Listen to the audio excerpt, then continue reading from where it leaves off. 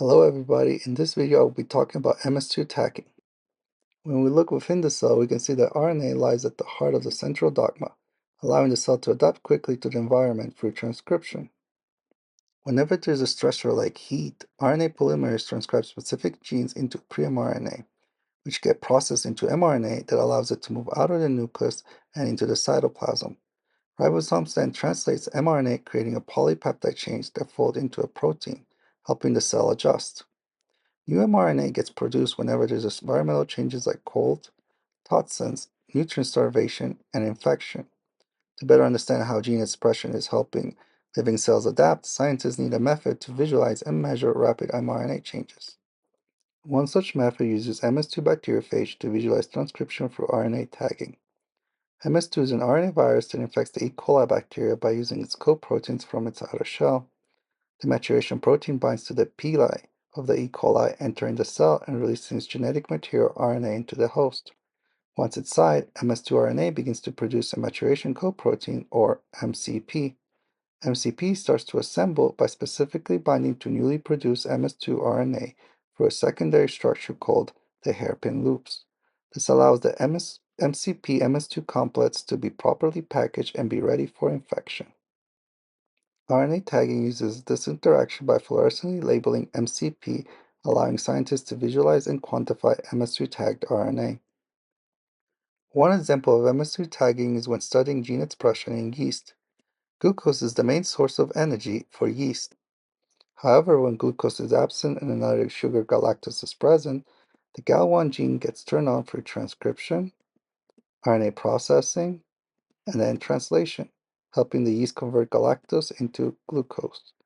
MS2 tagging shows when and how much GAL1 mRNA is produced under different nutritional conditions.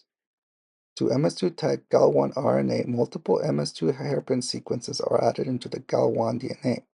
To avoid interfering with protein productions, these loops are placed downstream of the GAL1 stop codon in the 3' untranslated region. The gene is then transcribed into pre-mRNA, which is processed into mRNA, which folds itself into distinct MS2 hairpin structures that are exported into the cytoplasm.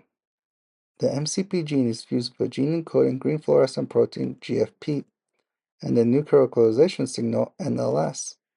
GFP protein comes from a jellyfish and glows in the dark whenever exposed to UV light. NLS is a short sequence that targets the fusion protein to the nucleus.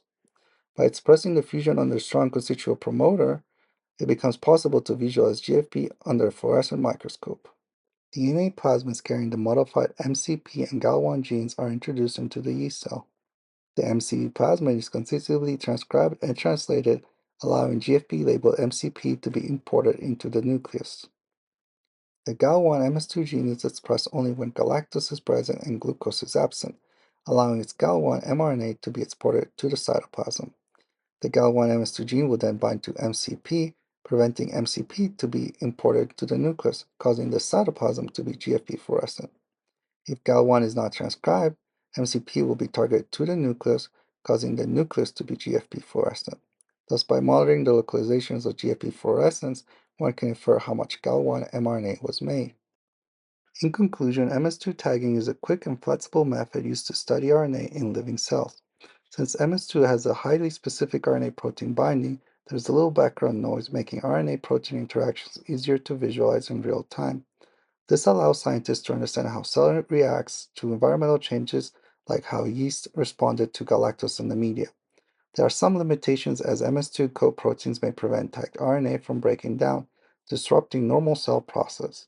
Also, adding multiple MS2 loops can improve signal detection, but changes shape, making it harder to study how RNA moves and interacts.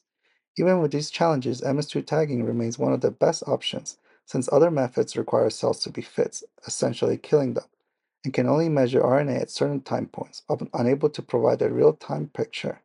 Thank you for watching, and I hope this video gives you a better understanding on MS2 tagging.